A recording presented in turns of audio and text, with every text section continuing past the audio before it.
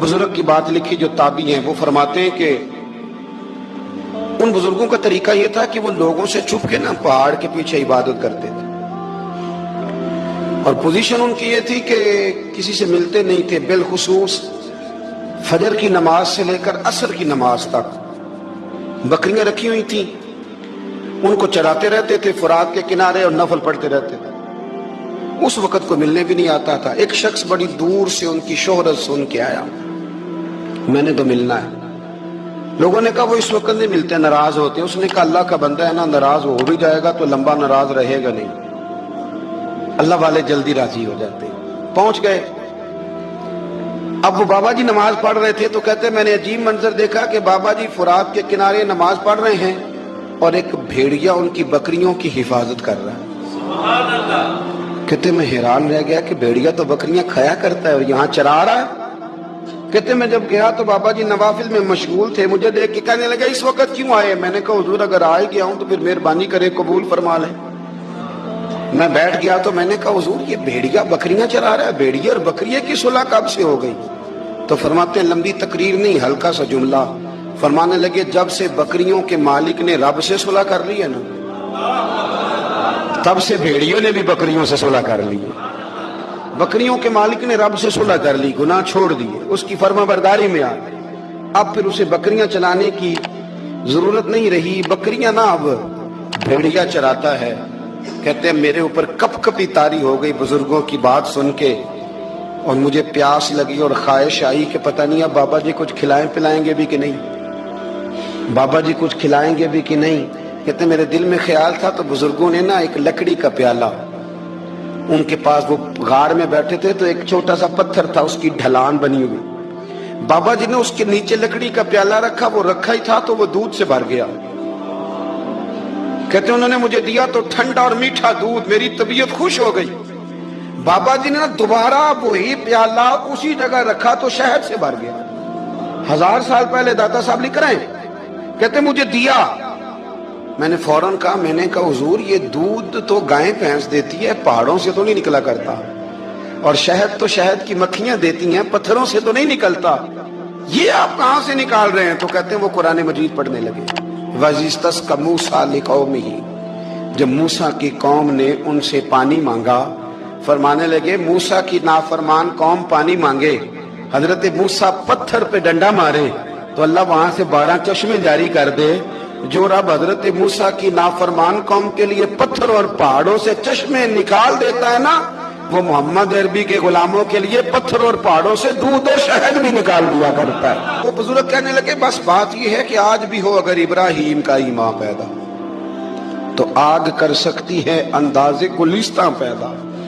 कहने लगा हुजूर फिर मेरे लिए भी दुआ करें। आप फरमाने लगे फिर दुआ ना करा तो मदीने वाले की गुलामी शुरू कर, तो नबी करीम की गुलामी शुरू कर, तो रसूल पाक की गुलामी शुरू कर।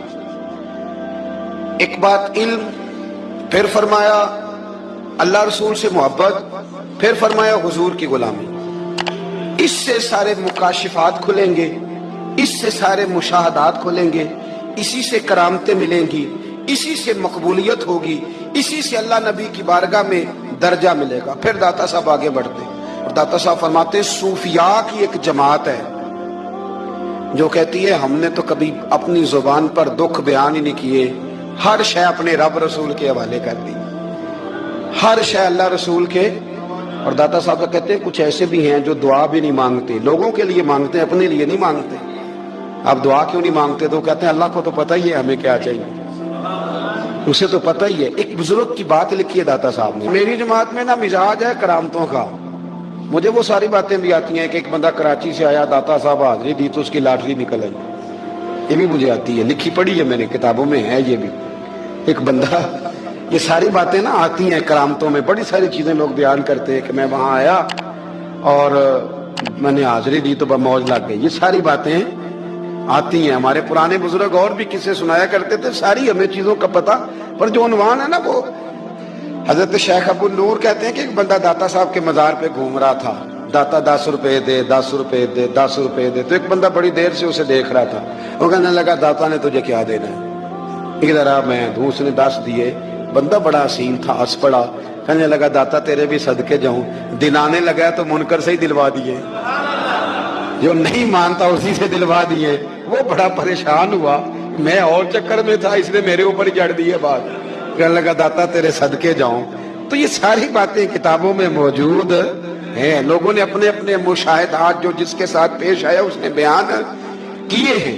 بہت ساری باتیں قابل بیان ہیں, پر جو عنوان ہے میں اس پہ رہنا چاہتا ہوں. داتا صاحب رحمت اللہ علیہ فرماتے ہیں ہماری تعلیمات ہیں کہ اپنے دکھ درد دنیا داروں سے بیان نہیں کرنے, سوال کا دروازہ لوگوں کے سامنے کھولنا اللہ والوں سے کہیں گے کبھی کہنا ہوگا تو دنیا داروں سے کہنا. کہتے ہیں کہ شیخ احمد نام کے بزرگ تھے, ساری زندگی کسی کو کام نہیں بتایا, ساری زندگی بڑی مشکلات آئیں پر کبھی اپنی ذات پر سوال کا دروازہ نہیں کھولا. ایک ایسی مشکل آئی کہ جو حل ہی نہیں ہوتی تھی. کسی نے ان پر کوئی الزام لگا دیا. ابو مسلم نام کا ایک بادشاہ تھا, اس کی حکومت تھی, اس نے پکڑ کے قید میں ڈال دیا. اب قید میں ہیں, جرم لگ گیا ہے, فرد جرم عائد ہو گئی ہے, جیل میں ہیں. لوگ کہنے لگے حضرت جی اپنی صفائی میں کچھ کہیں. فرمانے لگے ساری زندگی بندوں سے کچھ نہیں کہا, اللہ رسول کو پتا ہے میں بے گناہ ہوں, مجھے کہنے کی ضرورت نہیں. داتا غانی بخش علی حجویری نے لکھا ہے, داتا صاحب کہتے ہیں تو یقین کامل تو پیدا کر, تو ایمان تو پختہ کر. داتا صاحب کہتے ہیں وہ ابو مسلم جو بادشاہ تھا وہ نیک آدمی تھا, اسے رات کو خواب میں نبی کریم کی زیارت نصیب ہوئی اور حضور سید عالم صلی اللہ علیہ وسلم فرمانے لگے تو نے اللہ کا ایک نیک بندہ جیل میں ڈال دیا, ڈر نہیں آتا, وہ تو بے گناہ ہے. بادشاہ آدھی رات کو خود اٹھا.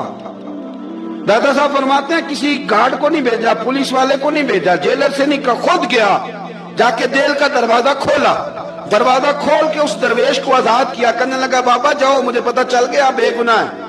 بابا جی سلام کر کے جانے لگے تو بادشاہ پھر آگے آیا, ہاتھ باندھے, ہاتھ چومے. کہنے لگا حضور آپ بڑے نیک ہیں, میرے لیے کوئی حکم ہو تو بتائیے گا, میرے لائق کو خدمت ہو تو بتائیے گا. تو شیخ احمد فرمانے لگے تجھے ابھی بھی سمجھ نہیں آئی, تجھے ابھی بھی نہیں سمجھ آئی. کہنے لگا حضور کیا؟ فرمانے لگے جو تہجد کے وقت تجھے اٹھا کے مجھے رہا کرنے بھیج سکتے ہیں وہ میری کوئی ضرورت باقی رہنے دیں گے؟ مجھے کوئی ضرورت پڑے گی کسی اور کو کہنے کی؟ جو تہجد کے وقت تجھے اٹھا کے بھیجتے ہیں کہ جا کھول جا کے دروازہ, وہ ضرورت رکھیں گے میری؟ ضرورت مجھے رہے گی کہ میں تجھے اور کوئی کام؟ ابھی میں تجھے سمجھ نہیں آئی. تو داتا علی حجویری رحمت اللہ علیہ فرماتے ہیں اصل میں ہماری طبیعت ہے, ہم نے بندوں سے دل لگا لیا ہے. دل اللہ رسول سے لگاؤ, کسی بندے سے لگانا تو اس سے لگاؤ جو اللہ والا ہو. جن دنوں حالات بڑے کٹھن تھے, اختلاف شدت کا تھا, ابو سفیان آئے حضور کی بارگاہ میں. آئے کس لیے؟ مکے میں قحط پڑ گیا ہے, بارش نہیں ہوتی. ادھر سمامہ بن اسال یمامہ قبیلے کے سربراہ کلمہ پڑھ کے مسلمان ہو گئے. ساری گندم اس قبیلے سے آتی تھی. سمامہ کہنے لگا تم میرے مصطفیٰ کو نہیں مانتے, کوئی گندم نہیں, بھاگ جاؤ. ایک بارش کوئی نہیں, دوسری گندم کوئی نہیں. ابو سفیان تڑپ کے در رسول پہ حاضر ہوئے. ابھی تھوڑے دن گزرے ہیں احد میں حضور کے دانت شہید کیے, ابھی تھوڑے دن گزرے حضور کو ستایا ہے, ابھی تھوڑے دن گزرے حضرت امیر حمزہ کا کلیجہ نکال کے چبایا ہے, ابھی تھوڑے دن گزرے حضرت انس بن نضر کی گردن کاٹی, ابھی تھوڑے دن گزرے عبداللہ بن جہش کے ٹکڑے کیے, ابھی تھوڑے دن گزرے حضور کو ستایا ہے, تڑپایا ہے. پر حضرت علی شیر خدا فرماتے ہیں میں ماننے والا اس رسول کا ہوں جس کے دانت شہید ہو گئے. احد کے اندر ساری داڑھی لہو سے بھر گئی. فرماتے ہیں میں رو پڑا اور میں نے کہا محبوب آپ نہیں مجھ سے برداشت ہوتا, دعا کریں اللہ ان پہ عذاب نازل کرے. اٹھائے ہاتھ, آپ دعا کریں گے تو اللہ تبارک و تعالیٰ 2 پہاڑیوں میں پیس ڈالے گا. حضرت علی کہتے ہیں میں نے عرض کی تو حضور نے ہاتھ اٹھائے اور دعا کیا دی, اللہم اہدی قومی فإنہم لا یعلمون. اے اللہ میری قوم کو ہدایت دے دے, یہ جانتے نہیں یہ کیا کر رہے ہیں. اللہ انہیں ہدایت دے. یہ اخلاق حسنہ کا معیار. تھوڑے دن پہلے حضور کے ساتھ یہ رویہ. ابو سفیان اب بے حال ہو گئے, بچے بھوک سے مرنے لگے, جانور پیاس سے مرنے لگے. ابو سفیان چھپتا چھپاتا کہنے لگا چارہ کوئی نہیں, مصطفیٰ کے پاس جانا ہی پڑے گا. ابو سفیان مدینے پہنچ گئے. جب پہنچے نا تو ابو سفیان کی اپنی صاحبزادی حضرت ام حبیبہ ام المومنین تھی. रसूल अल्लाह की ज़ौजा थी। अबू सुफियान जब आए तो हजरत उम्मे हबीबा के पास सीधे उनके घर गए बेटी से मिलने। हुजूर का बिस्तर बिछा हुआ था। हजरत उम्मे हबीबा हुजूर की ज़ौजा उम्मुल मोमिनीन बिस्तर बिछाए। अबू सुफियान बैठने लगे, जनाब उम्मे हबीबा कहने लगी अब्बा जी ठहर जाएं। वो ठहरे तो बिस्तर समेट दिया। कहने लगे बेटी शायद तेरे घर में कोई कीमती बिस्तर नहीं, गुर्बत छुपाने के लिए बिस्तर समेट रही हो। जनाब उम्मे हबीबा कहने लगी अब्बा तू मुसलमान नहीं ना हुआ, अभी तेरी सोच काफिरों जैसी है। तू यहाँ आके खड़ा हो ना जहाँ मैं खड़ी हूँ, फिर तुझे रसूलुल्लाह की मोहब्बत के रंग का पता चले। तू अभी खड़ा वहां है जहाँ तुझे कुफर ही कुफर सुनाई और सुझाई देता है। बिस्तर इसलिए नहीं समेटा कि माज़ अल्लाह कम कीमत था, मैंने इसलिए समेटा है कि तू नजस है, नापाक है, अभी कलमा नहीं पढ़ता। और ये उस रसूल का बिस्तर है कि जो बिस्तर में मौजूद होते हैं तो जिब्रील अमीन कुरान लेके तशरीफ ले आते हैं। तेरा वजूद इस काबिल नहीं कि यहाँ बिठाया जाए। नबी पाक सल्लल्लाहु अलैहि वसल्लम की बारगाह तक अबू सुफियान आए। अबू सुफियान कहते मुझे उम्मीद नहीं थी, अभी सोच नहीं ना बदली थी। कहते मुझे उम्मीद नहीं थी, मेरा ख्याल था वो शिकवे करेंगे, शिकायतें करेंगे, वो कहेंगे तुमने भी तो बड़ा कुछ किया है ना। अबू सुफियान कहते हैं मैं कुर्बान जाऊं, मैंने ये रंग देखा तो मदीने की फिजा वैसे ही बड़ी ठंडी थी, लेकिन मुस्तफा करीम के साथ जब मैंने बात की तो मेरे वजूद पर गिरिया तारी हो गई, मेरे ऊपर कैफियत तारी हो गई, मैं तड़पने लगा।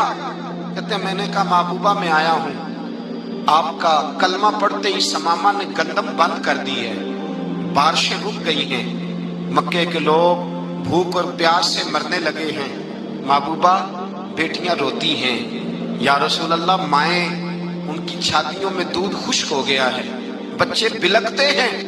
अबू सुफियान कहते हैं मैं दुश्मन था, सारे मक्के के लोग दुश्मनी करते थे, लेकिन जब मैंने ये लफ्ज कहे ना अचानक मेरी नजर उठी तो मुस्तफा करीम की तो आंखें आंसू बरसा रही। कहते मेरी बात भी मुकम्मल ना हुई, हुजूर ने पहले रुक्का मंगवाया, समामा के नाम फरमाया पहले तू इन्हें गल्ला अपनी मर्जी से देता था, अब तेरे नबी का हुक्म है कि पहले से बढ़कर तूने गल्ला देना है। और फिर मेरे मुस्तफा ने हाथ उठाए। और भाई मुश्किल होता है, मुश्किल होता है, सगे भाई के लिए लोग दुआ नहीं करते, कहते मेरा शरीका है। सास बहू के लिए बहू सास के लिए दुआ नहीं मांगती, कहते इख्तलाफ है, लोग लोगों की जिंदगी नहीं मांगते, बीमारी में शिफा नहीं मांगते। अबू सुफियान कहते हैं आमना के लाल तेरे कुर्बान जाऊं। हुजूर ने हाथ उठाए और कहा है अल्लाह मक्के की संगलाख पहाड़ियों पे बारिश बरसा, ऐ अल्लाह खेतियां हरी कर दे, ऐ अल्लाह माओं की छातियों में दूध भर दे, अल्लाह औरतों को ताजगी दे दे, बच्चों को रानाई दे दे, फलों फूलों को ताजगी दे दे। अबू सुफियान कहते पहले हुजूर रो रहे थे और जब नबी पाक की दुआ देखी तो मैंने रोना शुरू कर दिया, मैंने रोना शुरू कर दिया। कहते वापस आया तो वो एहसास कि यार ये मैं किस शख्स से मिल के आया हूँ, ये किस किस्म के आदमी से मिल के आया हूँ, ये कैसा रंग है, ये किस किस्म का अंदाज है कि जिसको मैं पत्थर मारता रहा वो मेरे लिए दुआएं लेके बैठा हुआ है, जिसको सारी जिंदगी सताया है वो मेरे बच्चे के लिए रोता है, मेरी बेटी के लिए उसकी आंख में आंसू है, वो हमारे लिए तड़प रहे हैं। मेरे भाइयों अबू सुफियान कहते हैं फिर दूसरा जलवा मैंने तब देखा जब हुजूर मक्के आए, और मैं तो आखिर तक लड़ने आया था ना, हुदैबिया तक। कहते जब रसूल पाक मक्के आए और हुजूर ने ऐलान माफी किया तो बनता तो ये था कि मुझे सजा मिलती, लेकिन मेरे मुस्तफा करीम ने फरमाया जो अबू सुफियान के घर में चला जाएगा मैं उसे माफ कर दूंगा। कहते हैं मैंने कहा ये मेरे लिए किस किस्म की सजा तजवीज की है कि मैं उम्र भर दुश्मनी करता रहा और यहाँ रंग अजीब है। हुजूर ने मेरे लिए ही एजाज लिख दिया, फरमाया जो अबू सुफियान की हवेली में दाखिल हो गया मैंने माफ किया। अबू सुफियान कहते हैं पता नहीं कितने पर्दे थे जो उठ गए, पता नहीं कितनी मंजिलें थी जो तय हो गई, पता नहीं कितने जलवे थे जिनका नजारा हो गया।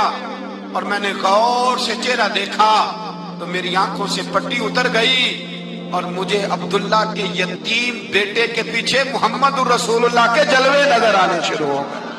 इखलाकी कदरें जब मौजूद रहती, यहाँ तो लोग मरे हुए शख्स को मारते हैं, यहाँ तो सड़क पर कितनी गिरावट है और कितना गिर गया है इखलाक उन लोगों का। एक्सीडेंट हो गया है, ट्रेन की पटरी से उतर गई है, चीखो पुकार है, आहें हैं, तड़पना है, रोना है, सिसकियां है। माँ का बाजू कटा है पर वो चीखती है, जरा मेरे बेटे का पता करो। बाप की आंखों में रेत पड़ गई है पर वो तड़पता हो, मेरा बेटा था। चीखो पुकार हो रही है। पर जुल्म है उस कौम का कि जो बचाने वाले आए हैं वो पहले आते ही उनकी जेबें टटोल रहे हैं, उनके बटुए देख रहे हैं। गिरी हुई औरतों के ये आप उठाकर देखिए अखबारात, औरतों के गिरी हुई औरतों के कानों से बालियां नोची गई और उनके कान तक कट गए। ये इस कौम का हाल है। इकबाल कहते हैं जिन्हें आता नहीं दुनिया में कोई फन तुम हो और बेच खाते हैं जो बुजुर्गों का कफन तुम हो। तुम वो लोग हो जो कफनों पे सौदे करते हो, जो कब्रों पे सौदे करते हो। ये लोग तिजारतें करते हैं, इखलाकी बस्ती का ये आलम के लोग कब्रों पे सजदे करते हैं, बेटे बेच के दहेज खरीदते हैं। गरीब की बेटी रोज तड़पती है, रोती है, रोज सिसकियां लेती है कि कहां से वो दरवाजा खुलेगा जब मैं भी जब सुहागन होंगी, जब मेरा बाप भी इज्जत के साथ मुझे रुखसत करेगा। और गरीब आदमी बेटी की शादी के बाद इतना दुखी रहता है, वो भी कम ही लोग जानते हैं। वो भी वही लोग जानते हैं जो इस मंजर से गुजरते हैं। हमारा इखलाकी मामला इस कदर ज्यादा तबाही का शिकार है। मेरे मुस्तफा करीम सैयद आलम नूर मुजस्सम सल्लल्लाहु अलैहि वसल्लम जज्बात का ख्याल रखते, एहसासात का ख्याल रखते, तसव्वुरात का। ओ भाई, इससे बड़ा इखलाक का मुजाहरा कहां से लेने जाओगे? क़यामत के लाल फरमाते हैं मेरा दिल करता है नमाज लंबी पढ़ाऊं, नमाज अल्लाह की नमाज, दिल करता है लंबी नमाज पढ़ाऊं, मैं लंबी लंबी सूरतें तिलावत करूं, मैं खुल के रब करीम का कुरान पढ़ूं, मैं अल्लाह तबारक व तआला के कुरान मजीद के जायकों में खो जाऊं। लेकिन हुजूर फरमाते हैं नमाज में किसी बच्चे के रोने की आवाज आती है, किसी बूढ़े की हाय की आवाज आती है, किसी बीमार आदमी की हाय की आवाज आती है। नबी पाक फरमाते हैं मैं अल्लाह की नमाज छोटी कर देता हूँ, अल्लाह के बंदों का ख्याल करता हूँ। मैं रब की नमाज छोटी कर देता हूँ, रब करीम के बंदों का ख्याल करता हूँ। खुदा के बंदे तो हैं हजारों, बनूं में फिरते हैं मारे मारे, मैं उसका बंदा बनूंगा जिसको खुदा के बंदों से।